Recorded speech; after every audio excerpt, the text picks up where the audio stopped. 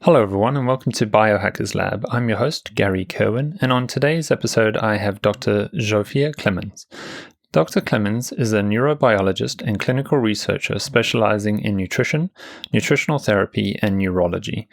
She is a specialist in the Paleolithic ketogenic physiology, and she is the head of the Paleomedicina research group in Hungary, which has been using the Paleolithic ketogenic diet exclusively since 2013 to help patients with a variety of conditions. Zsófia, thank you so much for coming onto the episode for today. Hello, Gary. Thank you very much for inviting me. No problems. Well, you're a unique guest because I've spoken to a lot of people who are adopting a carnivore diet, an all-meat diet, for a variety of reasons.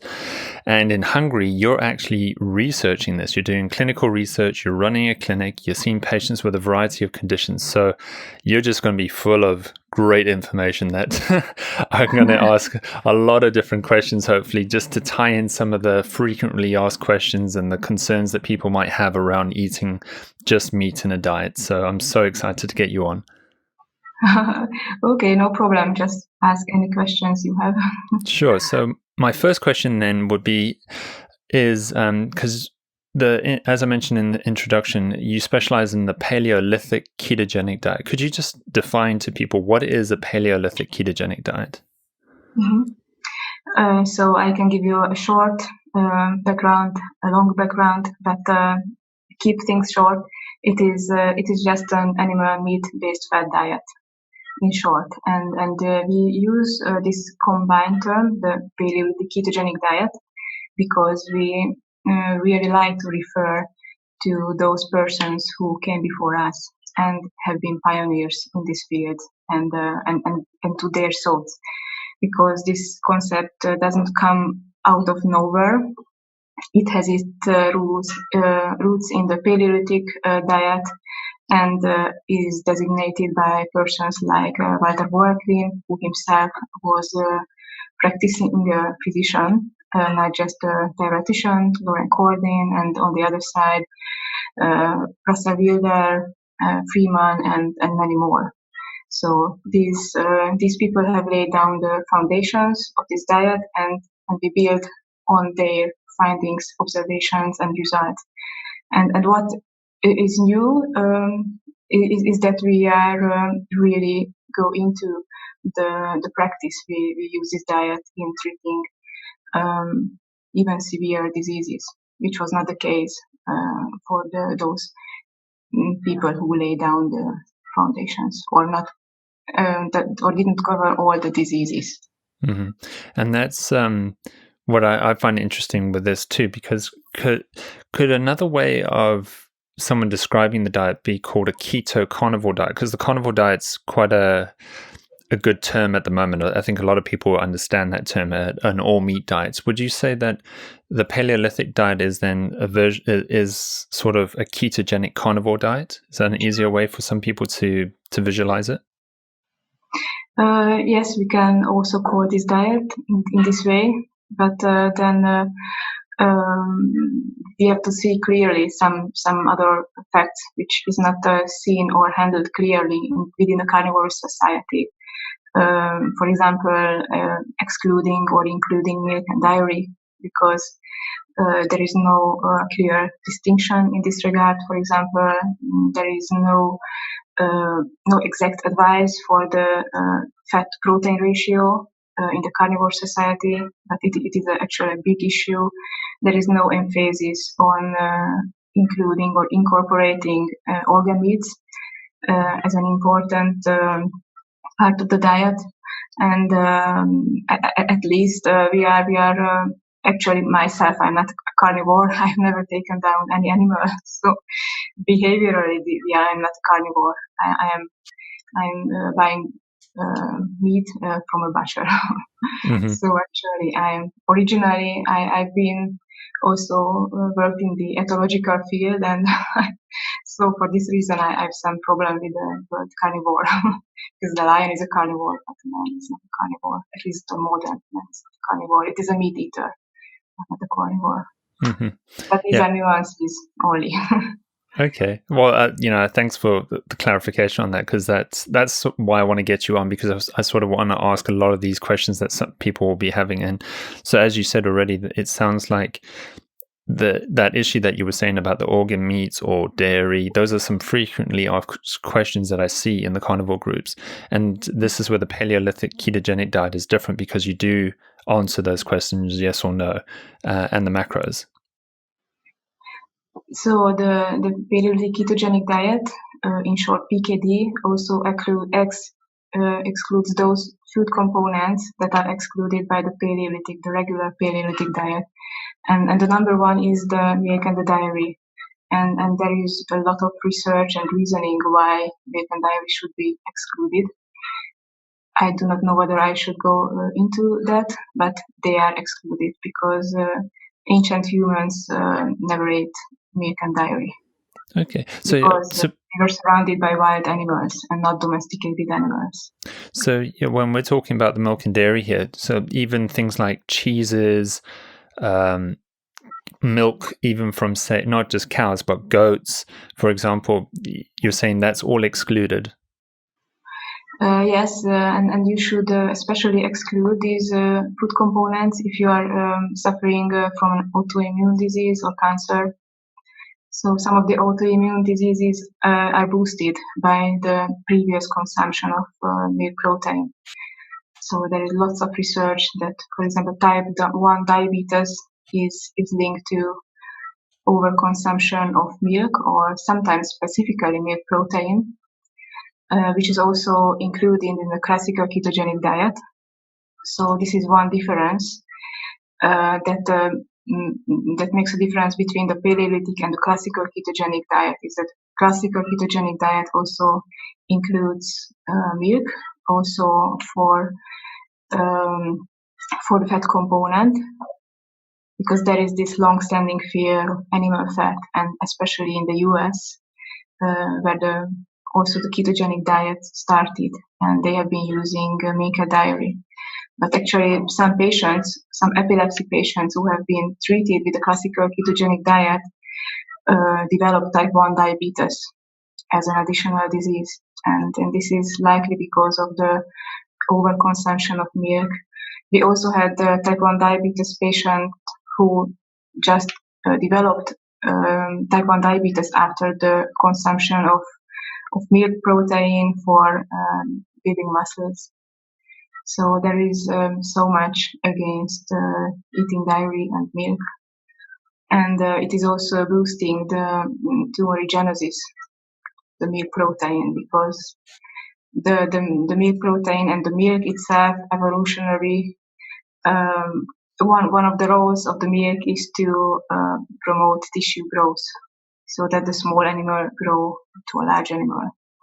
And this is something you shouldn't consume after 3 or 4 years old. Wow. So it's not just about the lactose or lactose resistance. It is more related to the milk protein, which are many. Yeah. So there are these factors, insulin-like growth factor, which is a milk protein, and also boosting tumorigenesis. Wow. So, I mean, that's fascinating. I haven't listened to anyone talking about the link between dairy products and type 1 diabetes, dairy products and the promotion of more cancers, the side effect that someone could be going on a ketogenic diet who's never had any of these conditions and actually develops these conditions because of the way that they're eating a ketogenic diet. That's, wow, that is big news.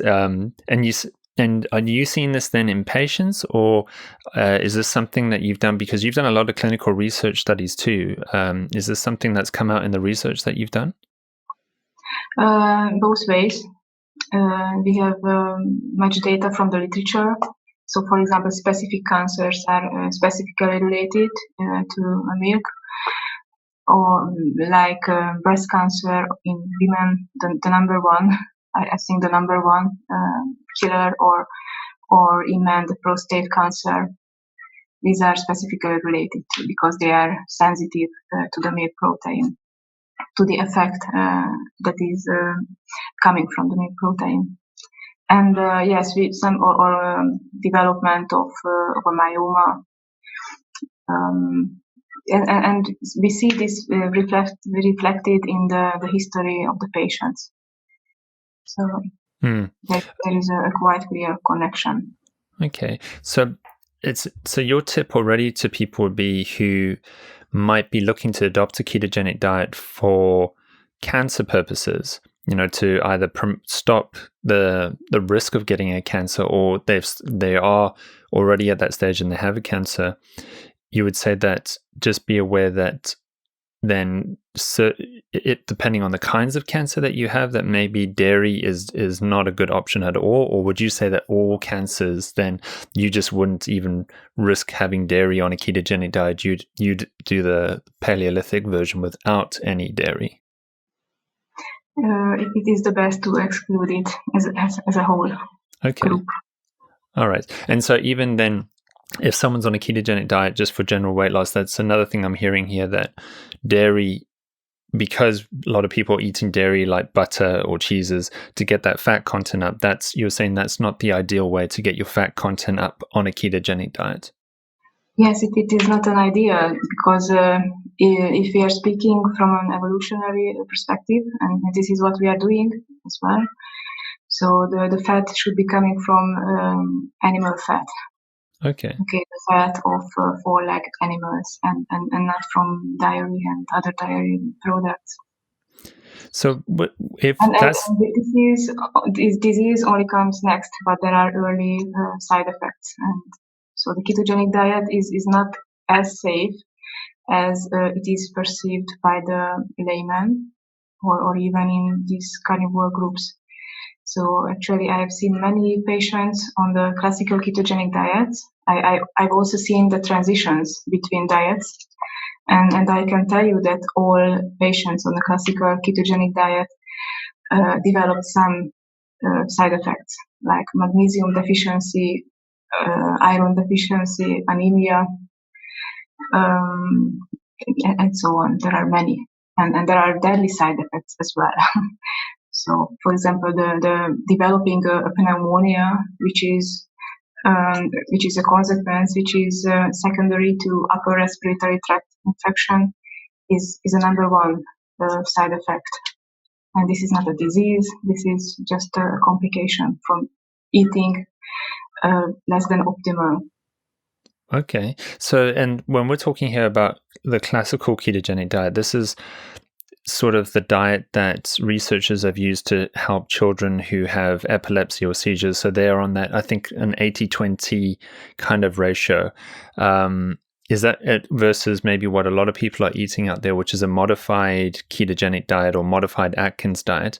Do you see the same issues in that regard when people are eating more of a modified Atkins version of the ketogenic diet, that they're still putting themselves at risk of, I didn't even realize, like pneumonia from upper respiratory tract infections?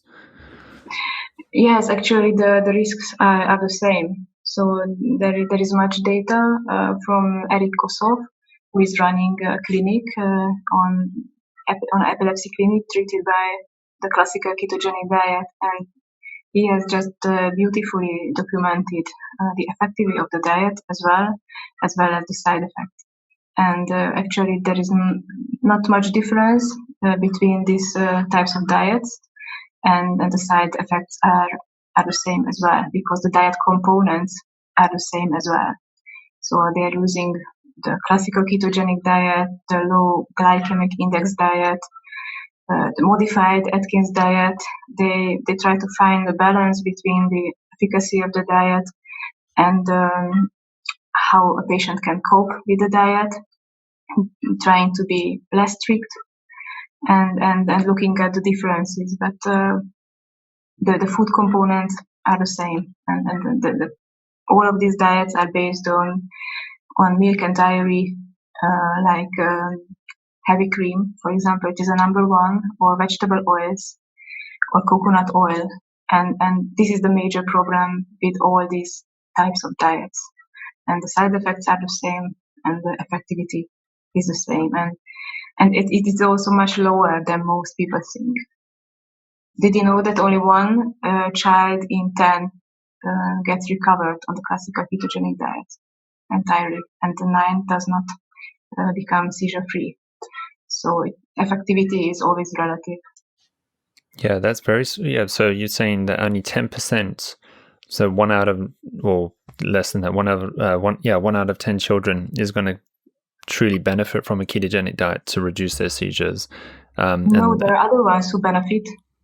The 10% is for those who become completely seizure-free, so having no epileptic seizures anymore. And 50% who continue to have only half of their seizures than they had before, which is an achievement, because this is much better than can be achieved with a single anti-epileptic drug, with the expense of as well much less side effects.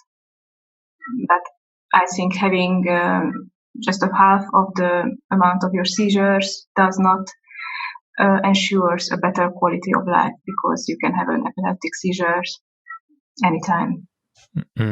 So what are you finding different then when you put a child who is having lots of seizures on a more Paleolithic ketogenic diet? Are you finding there's a different success ratio, less complications, less side effects?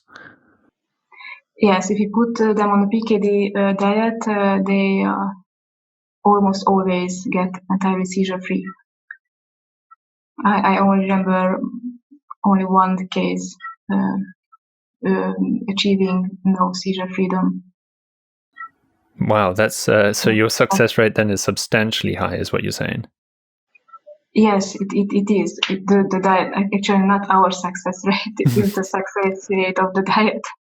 Also because, not all patients adhere to the highest level to the diet, but that's quite another story.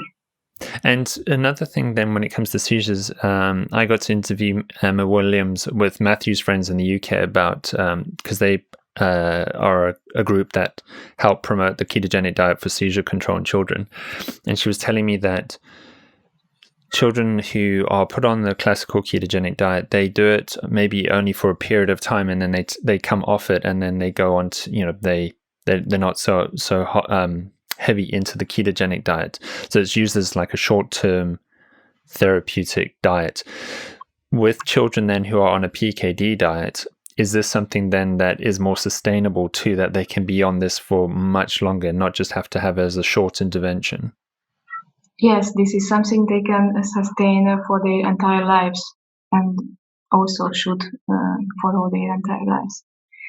Yes, the ketogenic diet, the classical, should be time limited, because after a certain amount of time, the negative effects dominate, like the decrease in bone quality, decrease in growing in children. So they are usually smaller than the other children of the same age, and they have to catch up. Okay. But this is again not because of the ketosis itself, as many people claim. So this is not the effect of the ketosis, but the effect of the unhealthy composition of the diet. Okay, so it's not the ketone issue; it's the ingredients that are part of the diet that's more of an issue here. Yes, actually, the non-Paleolithic parts of the diet. Yeah, and because then I guess you have an issue with medium chain triglyceride oils, or MCT oils. Do they cause nutritional issues in people who consume a lot of MCT oil? Yeah, so the MCT oil is a plant oil, and as such are all detrimental. So they are causing gastrointestinal issues, they are causing diarrhea or constipation, gastrointestinal pain. They are also increasing inflammation level, so the blood inflammatory factors are increased. And so those patients who rely on coconut oil or MCT oil will not achieve seizure freedom. And I'm also thinking then, for people who are listening who might be adults who aren't dealing with any neurological conditions like epilepsy, but they're adopting a ketogenic way of living just for the ketosis component, do you think then someone who is putting MCT into their drinks or putting it on their salads or food, that they could be causing any nutritional issues over the long term? Yes, nutritional issues as well. So the coconut oil doesn't contain anything which is nutritionally valuable as compared to lard, for example. And the other way around, those who are eating coconut oil or any type of vegetable oil start to develop increased fatigue, for example. So instead of benefiting from ketosis, they are still in ketosis, but they complain of being tired all the time. So it is also hindering the physical activity in those who are using it for improving, enhancing sports performance. And we also see that it is decreasing the thyroid function as well. So that's why it makes people feeling more tired. Okay, so that's interesting because, you see that quite often, especially it seems in the female population, that the thyroid issue the question comes up about that. And so you're saying there's a link here between adopting what you believe an incorrect version of the ketogenic diet and actually affecting your thyroid hormone production. Yes. So any diet which is containing vegetable oils or oil seeds, which are actually containing these vegetable oils, plant oils, which are different from the animal-derived oils, are at risk at developing thyroid disease, Hashimoto's autoimmune type of thyroid disease. But of course, not from one day to another. It takes a longer time. But this has also occurred. We have seen many cases occurring on the regular Paleolithic diet. In Hungary, the situation was the following. We had a Paleolithic diet from 2010, 11. It was extremely popular, and many people started to do the Paleolithic diet to achieve health benefits. But instead of achieving benefits, or beside achieving some benefits, they have developed thyroid issues, and this was especially true for women. Mm-hmm. And it takes a few years. Yeah.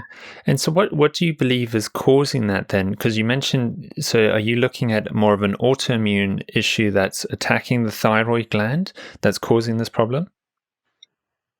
Yes, actually. So there are another type of relationship which goes for the vegetable oils instead of animal oils, decreasing the thyroid function. And there is another one, a general autoimmune effect.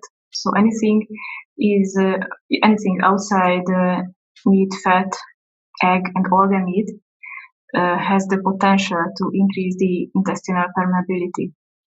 And if you have an intestinal permeability increase, you are more prone to develop any autoimmune disease. And what autoimmune disease you will develop will depend on what food components dominate in your diet. So as I told you, for example, milk is associated with certain autoimmune diseases like type 1 diabetes. There is a specific attachment of the milk protein, for example, to another surface protein of the type of the pancreas. So I only want to say that this is the root of all.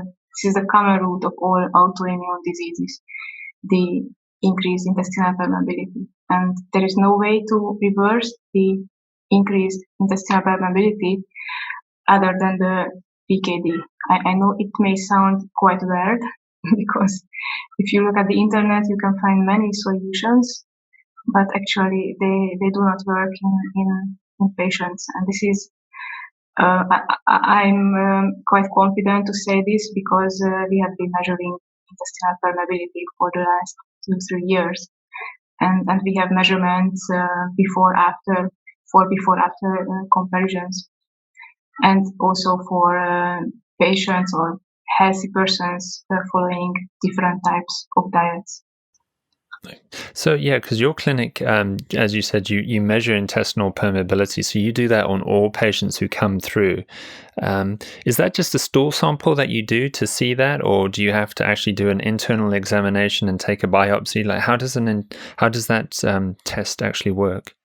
Yes, we do not measure it in all patients. It is quite expensive, relatively, but we are doing it when we can. It is a laboratory measurement. It is a urinary measurement. So there is a kind of solution. The name is PEC 400. You can find the basics in the literature. So there has been many experiments with this tool, with this measurement in the 80s, the 90s. But later on, it went to the background because nobody knew how to normalize the intestinal permeability, and we just resurrected this measurement and start doing it. So we have to develop the whole methodology which is behind.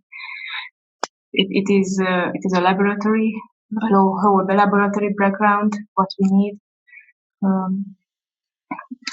High performance liquid chromatography, which is as well quite expensive and specific tool. So we need a laboratory, we need a chemist or more who are backing this measurement. So it is really laboratory dependent. But the measurement itself is very simple. You just have to drink this solution and collect your urine across 6 hours. And the excretion rate of this molecule in the urine and the relative ratio, there are different sizes of this molecule. The excretion rate will say your intestinal permeability. Oh, that's fascinating. So yeah, because I'm thinking gut, and so I'm thinking stool, but we're talking that you ingest a liquid and then through your urine you can actually see these markers to test the permeability of the gut lining. Yes, because normally it is a molecule that doesn't get absorbed, because normally the intestine is serving as a barrier to certain molecules and only absorb certain molecules but not others. And normally this is a non-absorbable molecule. And if it is absorbed, it is indicating that the gut is leaky. Ah, that's fascinating. Okay, so I can imagine it's like thinking that you've got this pipe and there's some holes in it, and if the hole's big enough, then this molecule from the liquid passes into your system, and then your kidneys are trying to excrete it, and you can pick it up and go, yeah, there's a problem in your gut lining. Yes, exactly. These holes are only microscopic, not on a macroscopic level. Yeah. You hope you don't have big holes in your gut. That's a bigger problem you've got in life. Yeah. Yes, but actually, anybody who is on a Western type diet has a higher intestinal permeability than should. Okay. Is this linked? Okay, yes. and is this linked into the world of gluten-free kind of foods and gluten sensitivities, and where I believe I've forgotten the researcher's name, but I think he found zonulin was a part of this. Yes. Are we looking in the same situation here? Yes, the zonulin is also used as a marker of the intestinal permeability, but it is just a marker and not a measurement, because you measure it from the blood, and actually does not measure the barrier function, the actual barrier function of your gut. So it is just correlated with the amount of permeability, and not just the intestinal permeability, but generally it is indicating the membrane permeability in general, and not just the intestinal permeability. And this is an important issue because there are other barriers within our body, not just the intestinal barrier. So, for example, there's a membrane within our mouth or nose, or in women the vagina or the placenta. These are functioning as barriers, or the most important one is the blood-brain barrier. And these barriers also got leaky with time. Okay, so, and again, that's from so even our blood-brain barrier could become affected by what we're eating, and that's then linking to conditions like, as basic as brain fog, but then potentially even more serious conditions, I'm guessing, down the line. Yes, the brain fog may have other causes, but this is the way. So first, the intestinal permeability develops, and later on, with time, the permeability of other membranes got compromised, and with time, this condition can give rise to autoimmune diseases, and it may take months, years, or decades. Mm-hmm. But this is the way how it happens. And the gluten is only one of those compounds that either increase the intestinal permeability, or once it gets through the circulation, through the holes of the intestine, and then give rise to a neurological autoimmune disease. But if you only exclude gluten, there are so many other components in your diet which can still maintain the whole process, and that's why excluding gluten only will not help. For example, in type 1 diabetes, and autoimmune diseases.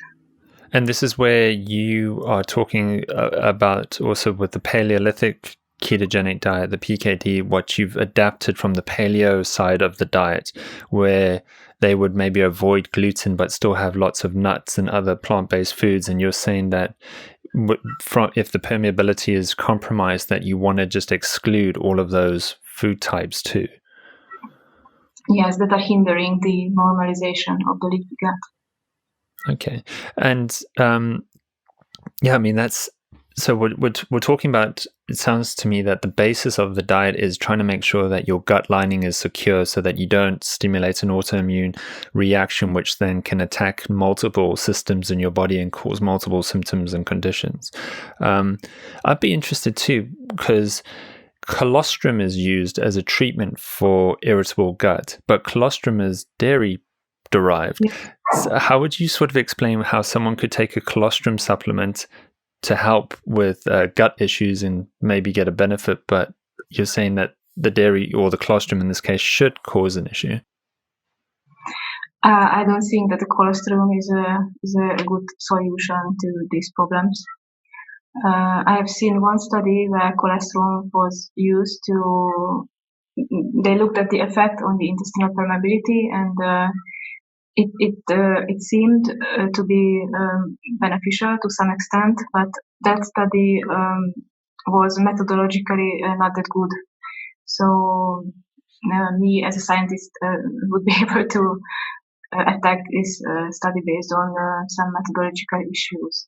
For example, they didn't use the PEC 400 measurement, which is the most reliable measurement of the intestinal permeability, but used another compound, or another test, which is used, the lactulose mannitol test, which is a much more widespread test for testing intestinal permeability. It is also used by the mainstream healthcare, or had been used, not so much anymore, but in the past they had been using it, and there are many problems. So the results are not that reliable, because these molecules are actually sugar molecules and interfere with what you are eating, interfere in your blood, in your tissues. So, but most importantly, I've never seen that, or there is no study in the literature showing that colostrum, taking colostrum would reverse any serious disease. Okay. And so just, I'm thinking here where I've had people already on the show.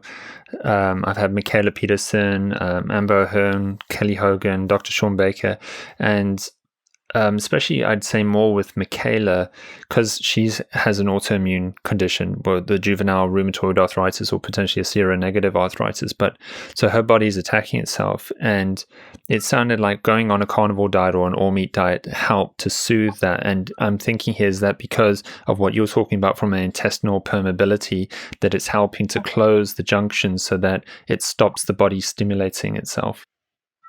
Yes, this is the background of such recoveries. Yes, we have seen this many times getting repeated with rheumatoid arthritis patients. And they really shouldn't eat anything else than animal meat, fat, and organ meat. Because anything else could hinder the process, the healing process, including even a small amount of coffee, for example, is really detrimental for the joints in such cases. Okay, so that was going to be my next question, is that if someone maybe adopts the PKD diet for 3 months, 6 months, and their symptoms resolve and they feel so much better, and they think, oh, can't I just have some dairy again, or can't I introduce these foods again? You would say to that patient, no, because it actually could open up the lining in your gut again and stimulate the autoimmune response. It's not that your gut lining is closed and it's solid and it's fixed. It's that if you introduce these foods again, that it's going to stimulate that breakdown or that permeability issue again. Yes, because these barriers are highly dynamic. So it doesn't matter for how long time has it been normal. If you drink a cup of milk, you screw up your intestinal permeability and will develop symptoms immediately. So there are certain food items that you should never reintroduce, and these include milk and dairy, cereals, and vegetable oils. These should be excluded and avoided at all costs. Okay. And if you have already recovered, there you can make some allowances. For example, eating or increasing your vegetable intake, increasing the fruit intake. You can try drinking coffee, but you have to keep it limited. Yeah, the coffee, you've got me interested in that, because that always comes up, especially on the carnivore diet. People ask, what can I drink? And you would say even something like coffee is, what's in coffee then that you feel is detrimental to someone? So coffee is coming from a plant, okay. And all plants are full of bioactive substances. So in a single plant, like coffee, there are thousands or 10,000s bioactive compounds, and one of this group is the polyphenol group, which is being marketed by some alternative practitioners, but actually they are carrying risks. So it is difficult to say which is the component, because there are so many, and it is also depending on the type of the coffee you drink. So there are types of coffee. For example, I cannot drink at all, and there are other ones. For example, that one I prepare for myself, that I'm okay with if I keep it limited. Okay, so I mean, yeah, that's interesting. Yeah, and that's interesting that you brought up the polyphenols, because that is polyphenols are mentioned as a health promoting benefit why you want to take it, but you're saying it's not always the case with those. Yes, this is okay. So there are many misinformation on the alternative side of the healthcare or health advices, and the polyphenol issue is one of them. So the polyphenols are aimed to counteract the pro-oxidant threat that is coming from the the pro-oxidants. So, for example, if you are following a Western type diet and eating carbohydrates, then your the free radical production within the mitochondria will be high. Okay, this is something everybody knows, and that's why, for example, sportsmen are trying to counteract with with eating vitamin E or vitamin C, which is regarded as an antioxidant. And the polyphenols are also regarded and actually are antioxidants, but they behave antioxidant within the test tube, but not necessarily in your body. And the pro-oxidant is a double. These polyphenols are double-phased molecules. Under some conditions they are behaving as pro-oxidants, and under other conditions they are behaving as antioxidants, like the vitamin C itself. It is really a double-phased molecule. So just eating pills of vitamin C and any polyphenol containing plant surely will not benefit your health. Okay, yeah. Well, that's a great one that you've introduced there about the vitamin C too, because there's people who are mega dosing vitamin C for health benefits. And then also that's a common question that comes up when someone's on an all-meat diet. So many people, I don't know why vitamin C, but so many people ask specifically about, but where do you get your vitamin C, and will you not become vitamin C deficient? And is that not the case then on a PKD diet where you're eating animal-based foods, that you're still getting adequate levels of vitamin C and other antioxidants? Yes, this is the case. We published a study, actually not a study, a review paper in the Journal of Evolution and Health, and which covered the issue of vitamin C from an evolutionary perspective. And yes, when we covered this from many aspects that are not frequently brought up when speaking about the vitamin C. So the vitamin C is always mentioned in the context of vitamins, fruits, or in the context of supplements, saying that you cannot get enough from your food. But this is only the case if you are trying to obtain vitamin C from plant sources and not animal sources. Because there is a phenomenon which is called glucose ascorbate antagonism, and describes a phenomenon that the glucose and the ascorbate are very similar molecules and are competing for the same transport system within the body. So if your blood glucose level is higher, or if you are eating the vitamin C in a high carbohydrate context, the bioavailability of the vitamin C will be much lower. But if you are eating it from animal sources, and you have to really eat organ meat, because there is no or not much vitamin C in the meat and in the fat, but in the liver and in the brain, there the carbohydrate content is much lower. That's why the bioavailability is higher. If you are obtaining even a smaller amount of vitamin C, but in a context which is better for absorption and bioavailability. So we have never seen any patient developing scurvy or symptoms that should be indicating scurvy. Okay, yeah, because that's why I wanted to get you on too, because you're actually testing patients with laboratory tests, which everyone always asks about when adopting this way of eating is, okay, but what does your blood work say? And so you're actually measuring the blood work and other urine measurements and other measurements there. Before we get more into the PKD stuff there, is that something then from a carnivore diet where people might only be eating meat, no organs, and just some fat, that you do think there is a risk that they could become nutritionally deficient in certain elements? Yes, I do think so. I'm not fully exclude that those people who are originally healthy can be doing well without eating any organ meat. I'm not exclude this possibility at all, because there is some vitamin C, for example, in the meat, not that much. But this is surely not the case for those patients who want to recover from a given disease, because they really need these nutrients for regeneration, for tissue regeneration. This is something that requires vitamin D, vitamin C, and so on.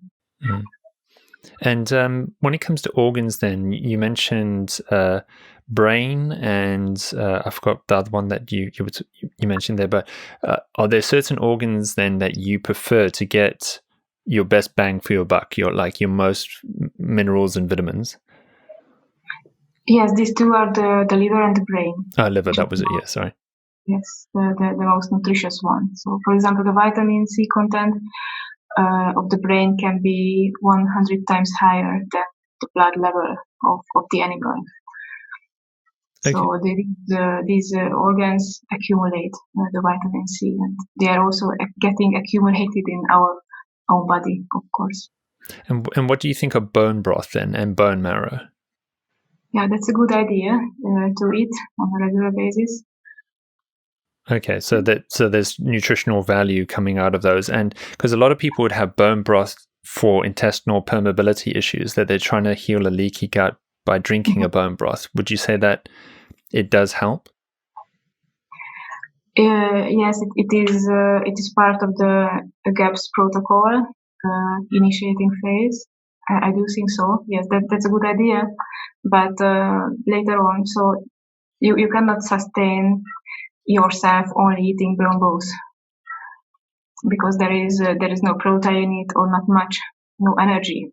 Mm-hmm. So if you only drink this bone broth, then you will end up having energy problems. And this is also the case with the children who are put on this GAPS diet. They are doing well in the very first days because they can fast for a few days, and the healing process can also start within these few days. But later on, they introduce other things in the diet, and this is not the meat and the fat, but they tend to introduce vegetables, fruits, supplements, and so on. So okay. If you want to start a new diet, you do not necessarily have to start with the bone broth. You can start anything that is containing meat, fat, and organ meat. Okay, yeah, and that's so it really is simple as that. It's just eat meat that's fatty and also get organ meats, and that there is your base for good long-term health and short-term health is what you're saying. Yes.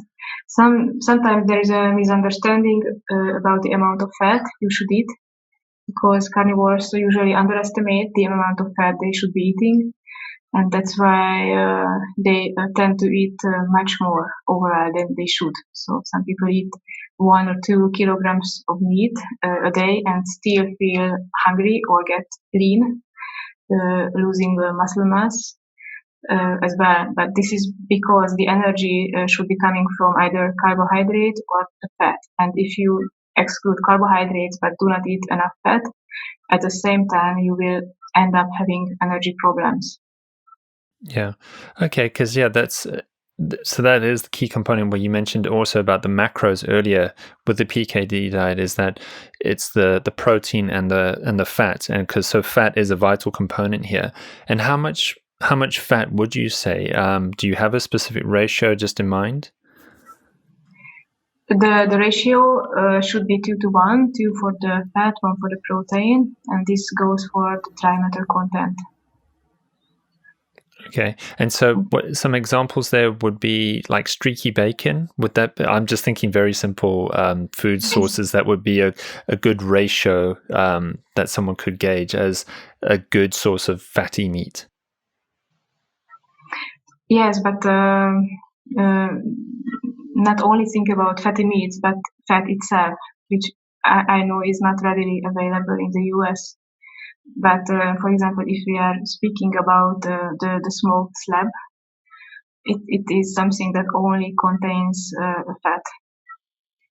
So, or if you eat sausage, which is coming from a biological source, nothing added, it is also containing the fat and the protein in the right ratio.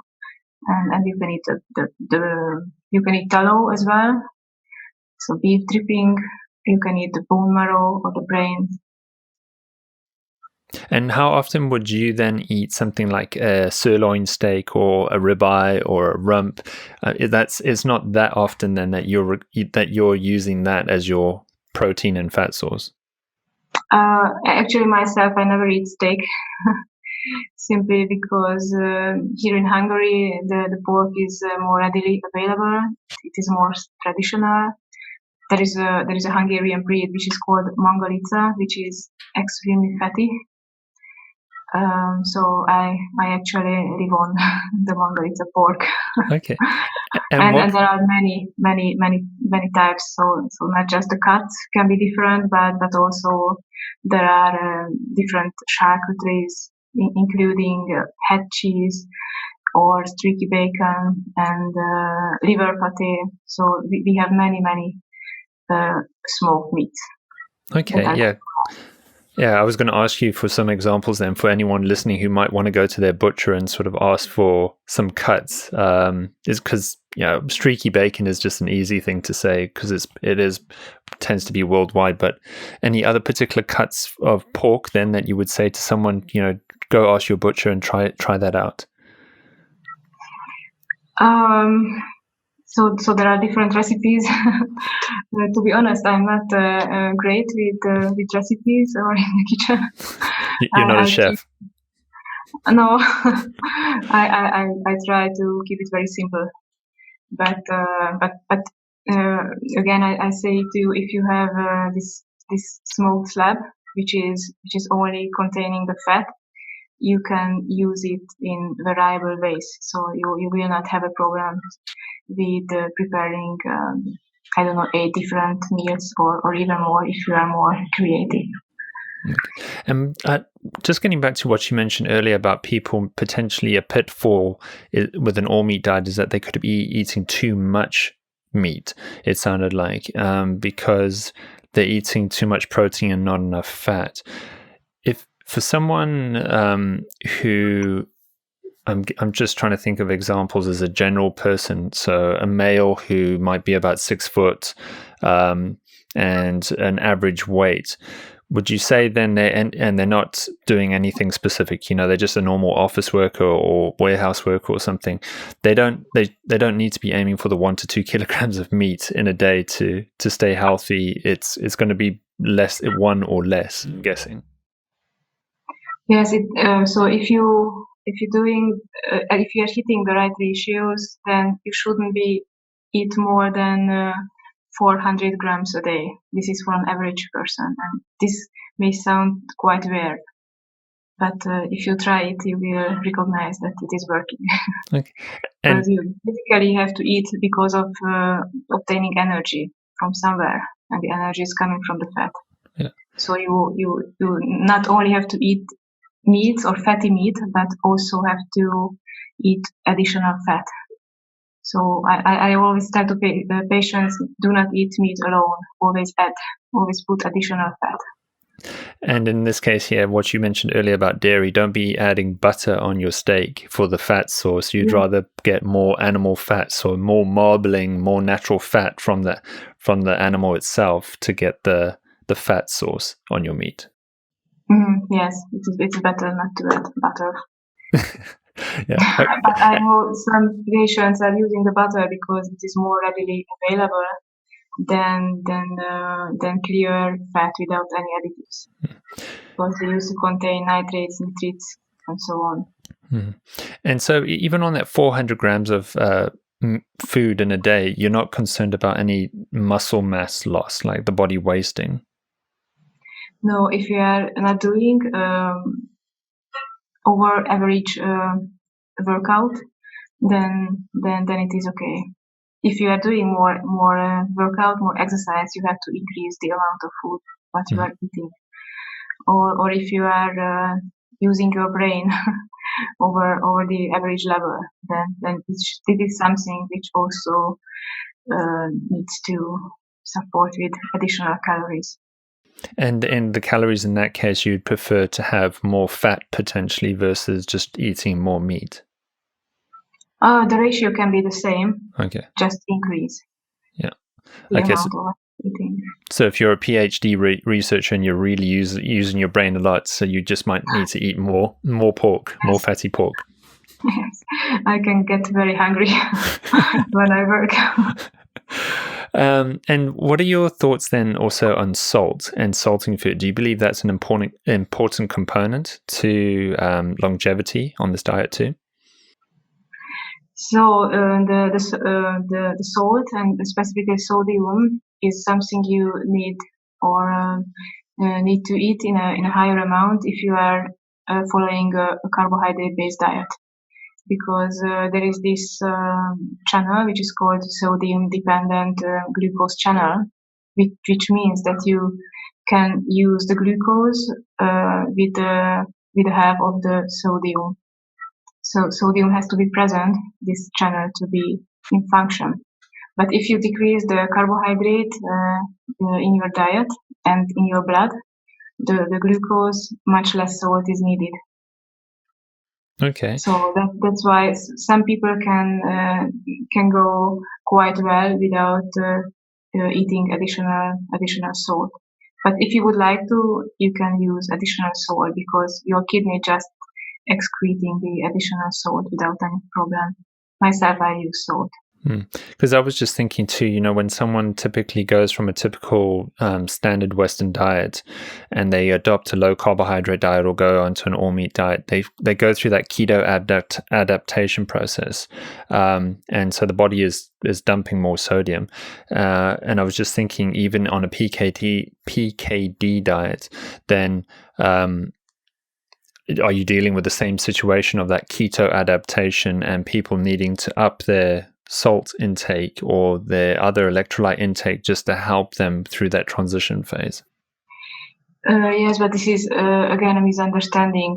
So this loss of minerals goes for the classical ketogenic diet and not for the Paleolithic ketogenic diet, because it is providing all the minerals that you need and in a more bioavailable form. So if you had magnesium deficiency before, your magnesium level will normalize by starting to eat fat and organ meat.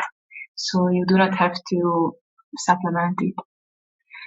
And of course, there are side effects which are transitory, and these go with the change in the metabolism. So shifting away from the carbohydrate metabolism and adopting a fat-based metabolism, because all your enzymes have to adapt, your mitochondria have to adapt, and while you are in the transition period, you might be deprived of energy, for example, and that's why people may have headache or feeling low energy level or diarrhea. These three are the most frequent side effects.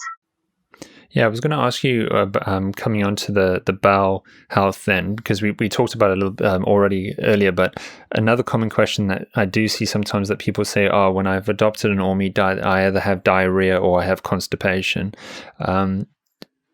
Do you have any sort of problem-solving tips for someone who is dealing with that maybe they aren't eating enough fat, or they're eating too much fat, or they're not eating enough organ meat or something? Would you say for what's going on in those cases? Diarrhea is a transition phenomenon, and if the patient still have diarrhea later on, it is just a feedback that patient is eating too much meat as compared to fat.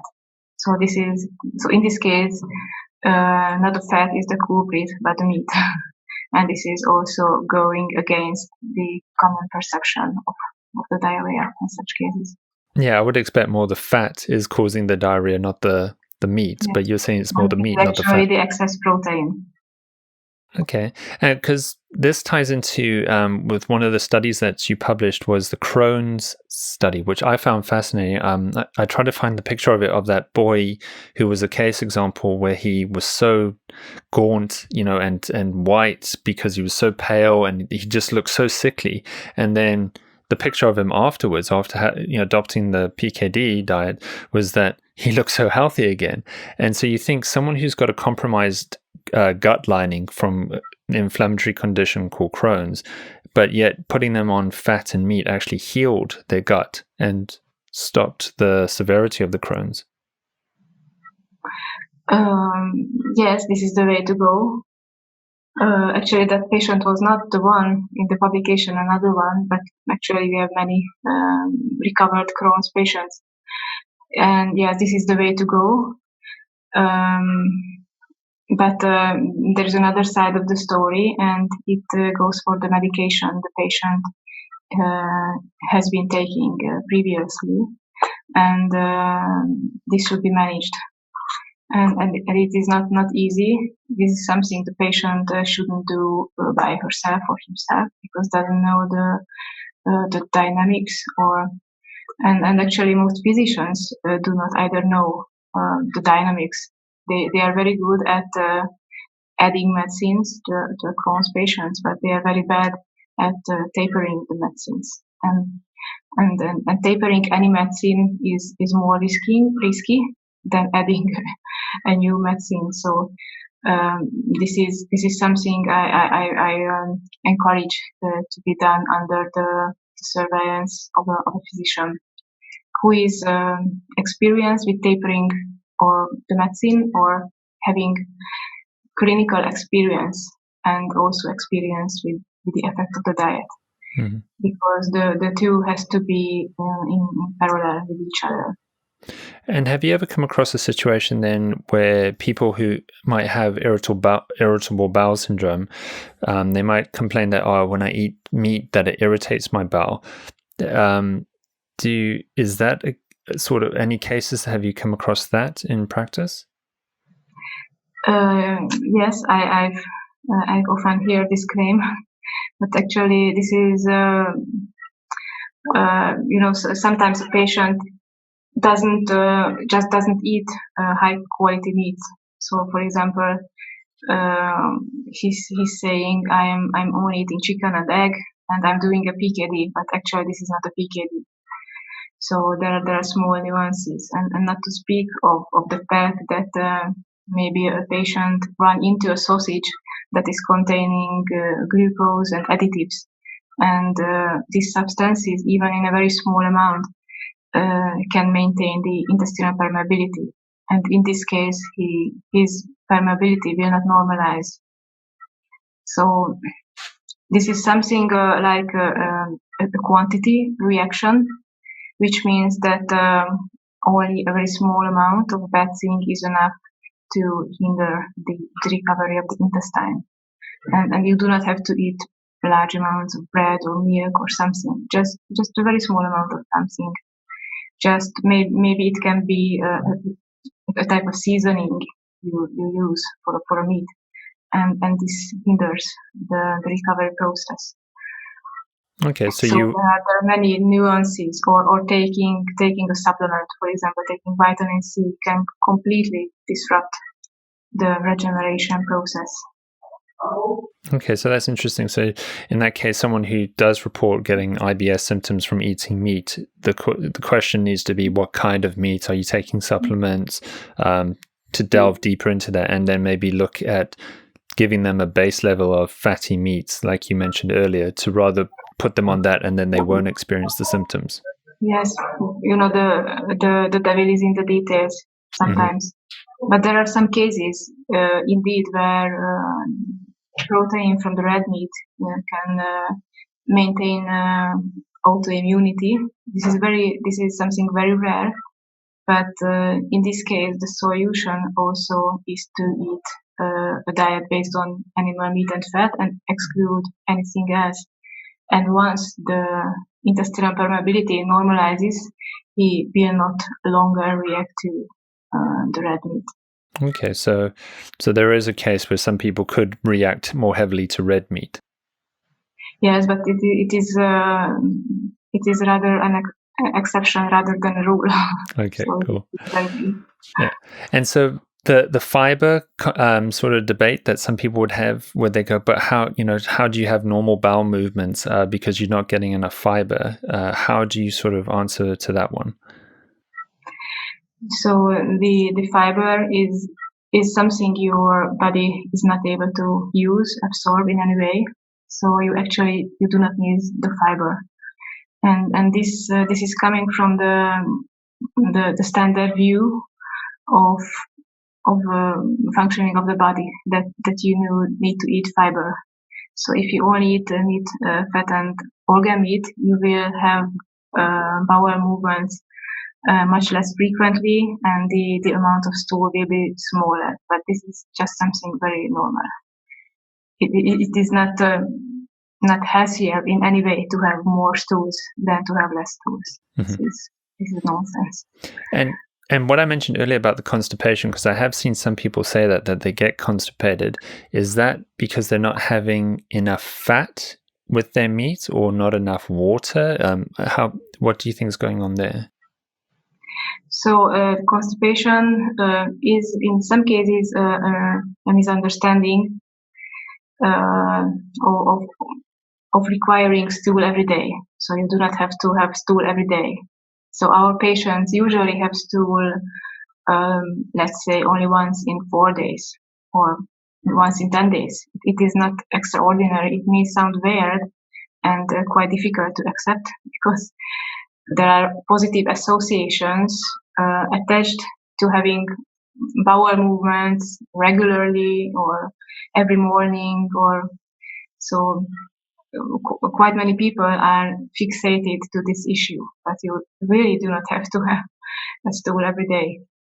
Okay, this is one thing, and the other thing is that if you are eating milk and dairy, this is something that will give you real constipation. Okay. So it could be either the dairy is contributing to the constipation, or just that you're expecting to have a bowel movement to go to the toilet, at least every day. And that's fascinating that you said that you've seen patients who it's actually normal for them and it's healthy for their bowel to only go maybe once every 10 days. Yes, this is the case. Okay. Because, I think, some people are concerned then when they're with eating meats. Of course, there was the debate, but doesn't meat contribute to bowel cancer? Or I'm guessing some people would think, is it maybe that it contributes to cancer in the bowel by less frequent bowel movements maybe? But we're saying that's not the case. No, this has nothing to do with the frequency of bowel movement. It has something to do with the additives in processed foods. And actually the colorectal cancer has been related to the consumption of processed food. So using additives, for example, nitrates, nitrites are really something that are boosting cancer. But there are many other additives, innumerable ones, that may contribute to a cancer, but not the red meat itself. Okay, because that's what people think. No, but I need fiber to clean my bowel, to like brush it, and I'm just using that analogy there because someone did say that one of the comments on the YouTube video that it's like brushing the bowel and cleaning it, and that's getting rid of any cancerous cells. But that's not the way that prevention of cancer of the bowel is happening. Mm-hmm. Yes, but you do not have to think specifically about your bowel movement. just let it go. Okay, yeah, because it's definitely I was speaking with the dietitian over the weekend and mentioning about the all meat diets, and just I've been interviewing people about it, and her first question too was, but what about bowel health? It's always one of the first questions I come across when mentioning it to people. It seems to be the first thing that comes to mind is, but what happens to your bowels? What happens to your toilet habit? So I think you've definitely answered a lot of that already there. So when it comes to also the ketogenic side of things, are you measuring ketone bodies in patients, like the beta-hydroxybutyrate or taking acetone breath? Is that an important factor for you, that you actually want to see someone achieving certain levels of ketones in their system? Yes, measuring blood glucose and blood ketones at the same time is a very useful feedback for us and for the patient as well. So the patients either are measuring these factors at home settings, or if they are with us, we are having a week-long retreat every month where we spend time together with the patients while supervising them as well. And on these occasions, we used to measure blood glucose and blood ketones. And these two, along with their weight, change in weight, and blood pressure, are showing the way. So it is a good feedback, and also a way of controlling patients. Because some patients go out and eat an apple, but when they come back, their blood, they will be out of ketosis. So it is a way of controlling them, and also a way of part of the learning process for the patient as well. So to learn how much he should eat, how many times he should eat, the fat to protein ratio. And later on, once they already learned the process, they do not have to measure it on a daily basis. Okay. Because it becomes automatic. And is this then another problem maybe with the carnivore diet, if someone's not eating meat that's fatty enough that they won't be stimulating that ketosis situation, because that's something where people go, no, but if you eat meat, then it halts the ketone body production. But is it that you're saying you need to have the fatty cuts of meat too, and that's what patients are learning, and then but they still will achieve a level of nutritional ketosis that way? So actually, there is an optimal range of ketosis that should be reached, and it is just about the fine tuning. And do you find that you want to put people in a cyclical ketosis, or do you want them to always be in a level of ketosis every day? Preferably the same level or similar level of ketosis.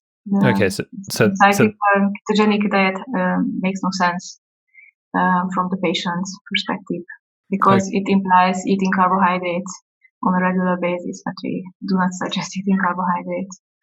Yeah, and so what I'm understanding too, that comes back to what you mentioned earlier about the intestinal permeability. So one of the key elements that you're doing with the PKD is that you're trying to heal the bowel, and you don't want to then put you back on a cyclical diet, which then introduces foods that could irritate the bowel, which stimulates the process again, and then you have to start the healing process again of the bowel. And that's why you always want to stay on the PKD to sort of, as a baseline, keep your bowel health well. Yes, because if there is a derailment in the diet, it is always associated with having the same symptoms. For example, if you are a rheumatoid arthritis patient, and if you cheat or unintentionally eat something that is outside the system, you will get back the joint pain, and it is regulating you, because you do not have to you have to have the pain again. Or a Crohn's disease patient do not want to have the cramps again. But I have to tell you that patients try it from time to time. But when they are faced with the consequences, they choose not to cheat. And this is not necessarily the case for a diabetes patient, because if you have a blood glucose level higher than 6, 7, or 8, you will not feel anything. So it is more difficult with diabetes patients. Yeah, unless they're measuring and they can see, oh dear, yeah, my glucose is actually going out of control when I've cheated. Yes. Yeah. Okay. And so I was just thinking, you brought up the cramps there, because that's something else that some people do say happens to them when they adopt a ketogenic diet, is that they get especially calf cramps. What do you think is happening in that situation? There's a magnesium deficiency behind, and this can be a temporary magnesium deficiency as well, so not just a global magnesium deficiency. We as well published a study on this aspect, and we retrospectively reviewed the last 50 patients who have been following the PKD, and based on laboratory measurements, they have been in ketosis and following the diet to a high degree, and actually all of them had a normal magnesium level. Okay. And said that they didn't have leg cramps or cramps in any other muscles. But all of them are saying, and you can experience it yourself, that if you are eating a larger amount of fruit, you can easily run into leg cramps or leg cramps during the night. This is something very specific. But if you stop eating fructose and eat meat and fat, you will not have the problem again. So the leg cramps seem to be related to this relative magnesium deficiency, and we have seen that. So according to the study, everybody who had been in ketosis and following the PKD had a normal magnesium level, and the explanation is in a certain shift between the intracellular and extracellular space. Shift of the magnesium, because if you are eating a carbohydrate, if you are eating a carbohydrate-based diet, then there are quite many enzymes involved that are using the magnesium as a cofactor to function properly. And if there is a large amount of carbohydrate, these enzymes use the magnesium. They bind the magnesium. And that's why the magnesium level will decrease in the extracellular space, and you may run into like cramps. But this has nothing to do with the absolute amount of magnesium within your body, magnesium in your food. Because I'm often asked the question why to suggest a diet which is low in magnesium, but actually this diet, so it is not only the absolute magnesium content what counts, but the context, the whole dietary context. And if there is not much carbohydrate in your diet, that small amount of magnesium will be enough you to function properly. And so even when people go more on a low carbohydrate diet or a ketogenic diet who suffer leg cramps, is it that, I'm just thinking here, that they're not getting enough natural source of magnesium from what they're eating? Yes, it can be the case in these cases, because the magnesium is primarily coming from the organ meat, the liver, for example. And those patients who are saying that I'm following Paleolithic ketogenic diet and are in ketosis and almost everything is okay, but are having a low magnesium level, it is an indication that they are not eating enough organ meat. Okay. Or not eating enough organ meat, but doing a heavy exercise, workout. So the combination of these two is also something depleting the magnesium stores. So I'm just thinking here, a quick fix that someone, if they get that sign that they're getting leg cramps, they need to go out to the butcher and get some liver and start having that for dinner that night and breakfast maybe, and that will start helping the situation. Yes, it will help in a short space of time. Okay, fantastic. So I also wanted to ask you then, you mentioned about type 1 diabetes earlier, and the effect that intestinal permeability has then on the pancreas. Is that because you've published some interesting papers about type 1 diabetic management using PKD, and especially in children, and I'd just be fascinated to sort of hear your thoughts as to why you think someone who is depending on insulin, a type 1 diabetic, can get so much better eating a high fatty meat diet. So if you're eating a diet which is containing much less carbohydrate, then your insulin need can also be lowered. And this goes for any low-carb diets. We can see many or hear about many success stories from within the low-carb communities in Facebook and so on. But some people are too much fixating on having a low blood glucose level, but not on the other side of the story is normalizing the autoimmune process in the background. So when children are diagnosed with type 1 diabetes, at the time of the diagnosis, they usually have some residual amount of insulin.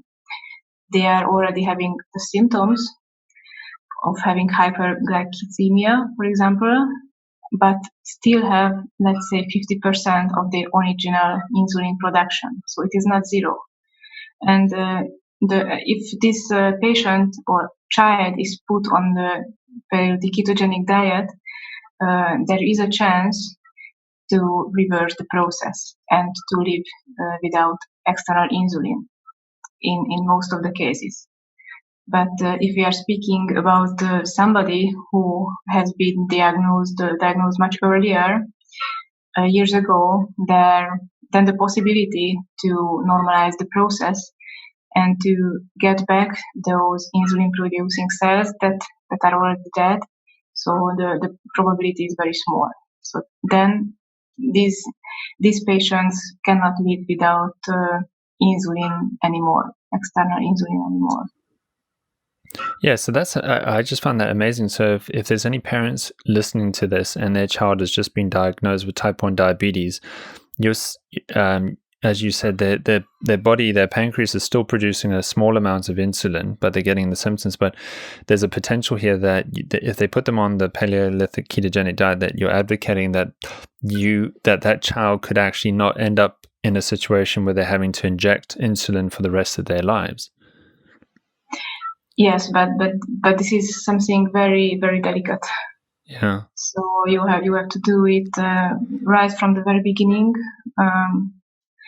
possibly not later than 6 months within the diagnosis onset, and have to be very, very strict with the diet. So there is no possibility for cheating, which may not be the case for other autoimmune diseases, because if you have rheumatoid arthritis and you cheat, you will get the negative symptoms, and then you go back to the diet and you can live your life without any symptoms. You can go on and off the diet without any further consequences. But this is not the case with type 1 diabetes, where only one occasion of cheating may be enough to ruin the remaining beta cells within the pancreas.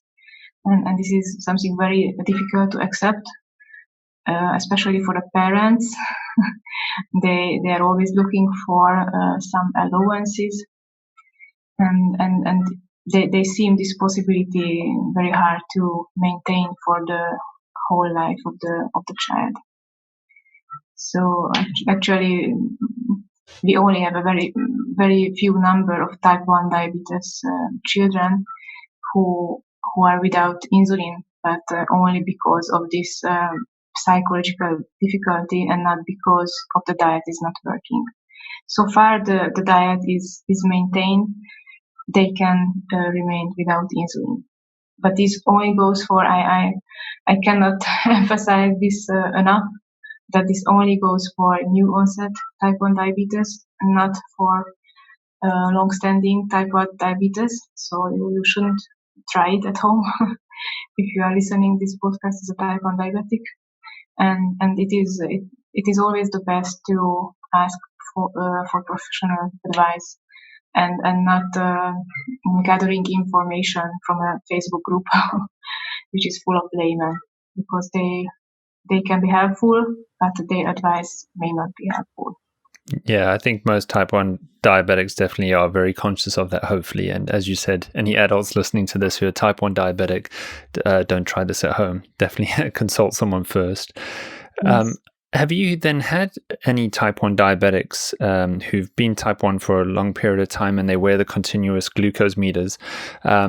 Just seeing what does their glucose do, or in their blood do when they eat a fatty meaty meal? Do you get any spikes in that case? Do you see anything there? No, usually there are no spikes. You cannot judge from seeing the curve where the meal took place. Sometimes the blood glucose decreases after a meal, but usually the blood glucose is very stable. And if not, it is indicating some diet adherence problems and may also indicate improper fat-to-protein ratio. So to say, eating more protein and less fat than needed, then you can see these fluctuations in the curve, even without eating any carbohydrates. Okay. And so you would say too, then this approach is suitable for type 2 diabetics, who maybe someone who's just been diagnosed with type 2 diabetes, that this is a good approach then to try help their body heal. Yes, it is also good for type 2 diabetes, but I think it is not very surprising, because the blood glucose level can be controlled with the classical ketogenic diet as well as the Paleolithic diet itself. So there are benefits, and glucose control can be achieved by any low-carb diet, to be honest. Mm-hmm. So it is not specifically related to the PKD. You may have lower blood glucose level, but you can achieve glucose control with other low-carb diets. The important benefit which comes with PKD is that you can control your inflammation level as well, which cannot be said either for the Paleolithic or the classical ketogenic diet. And it is crucial if you want to prevent further complications of diabetes, because diabetes is not only a disease of having high blood sugar levels. You can easily get it lower with a diet or with medication. That's not a problem. The problem is to prevent the long-term complications, heart disease, kidney disease, neuropathy, and so on, which always come with time. Mm-hmm. And so are you actively measuring anything specific when it comes to inflammatory markers in patients, like C-reactive protein in their blood or anything other specific? Yes, we do measure at least 3 inflammatory factors: the CRP, the ESR, and the fibrinogen. And the combination of the 3 will give a full picture of the inflammatory state, because the dynamics of all 3 parameters is a little bit different, but the 3 at the same time will give you a full picture. And sometimes we are measuring the so-called deep inflammatory marker, which is interleukin 6, and tumor necrosis factor alpha. This is another one. Okay, and you've seen a positive correlation then, that when someone adopts this way of eating, that those markers normalize or drop Yes, in those patients. This is what we see, and if there is no decrease, there is some problem with the diet, usually with this diet. And so, when I'm just thinking, when someone comes to the clinic, which you said happens once a week, every month, is it? 1 week every month. Yeah. Yes. So when they come in there, so the treatment really is just food here. We're just talking about the fat, and the protein and the organ meat. There's no other supplements or medicines or anything else that's happening here to try assist that person. It literally is, these are the ingredients for all of these things that we've been discussing today. Yes, but we also pay attention to educate the patient about dietary aspects. So if a patient is coming from Western type diet, usually they do not know anything about outside the mainstream nutrition. So everything is new to him, and this is a learning process that needs time. So they get meals according to the PKD rules, and they themselves experience the effects. They experience what they are going through. We are organizing groups of patients so they can share experience. So, and this is something contributing to their learning. And we also discuss, yes, we have to manage their medications, because obviously if you have a type 1 diabetes patient who is on insulin and you give another type of food, you have to do something with his or her insulin. Otherwise, the blood glucose level will go will go too low, and this is giving rise to the so-called hypoglycemia. And there is this problem associated with actually every other medicines. For example, blood pressure medication, steroid medication. So you have to manage the existing medicines and give advice for those medicines that cannot be tapered within such a short period of time. And you have to also give or set up a plan how to control the disease for the future. Because if you have a cancer patient, then it doesn't go from one day to another. They really need a plan for the future. What other diagnostics he should choose, or what other treatments he should choose or not to choose. Chemotherapy, radiotherapy, and so on. Okay. Because these treatments do not always synergize. Yeah. And also then, do you go into fasting at these retreats? I mean, is that just a natural cycle that happens, that you don't eat so often during the day, that you sort of follow the circadian biology thought of time-restricted feeding, that you naturally eat in a smaller window in a day? No, we never impose fasting to patients. We have to nourish the patients instead of fast them. And usually we have 2 meals a day, but this by no means means fasting. It is just a normal cycle, because if you eat animal meat fat based, that will give you a long lasting energy, and you will not be hungry earlier than in the evening. Mm-hmm.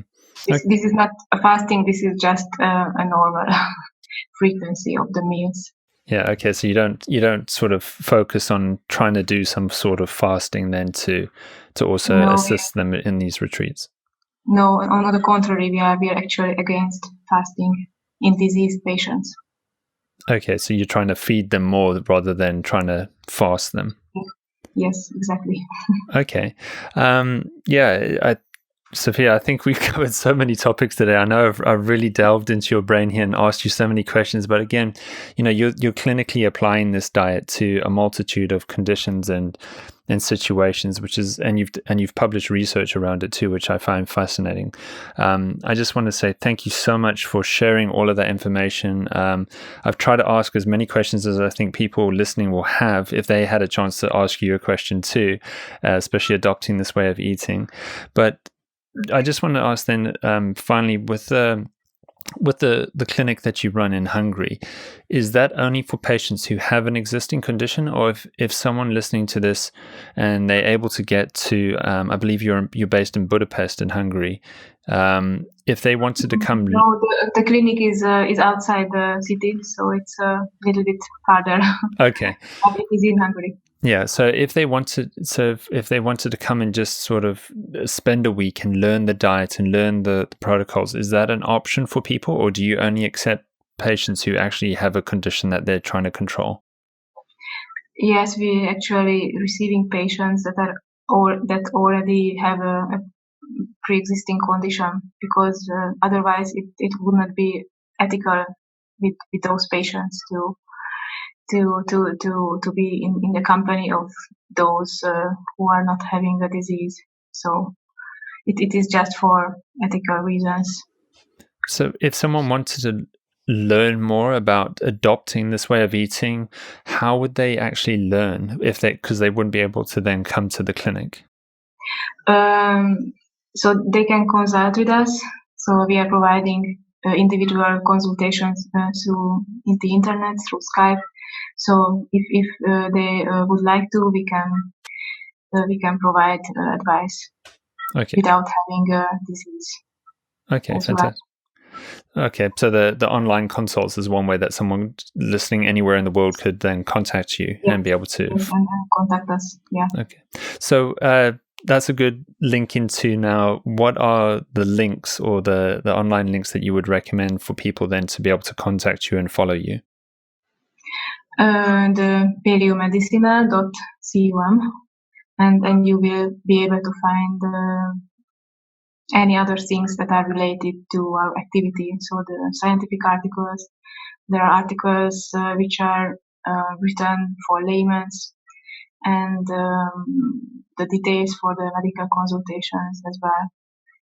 So this is the major page. Okay, perfect. And I'll link to that in the show notes on the description for everyone.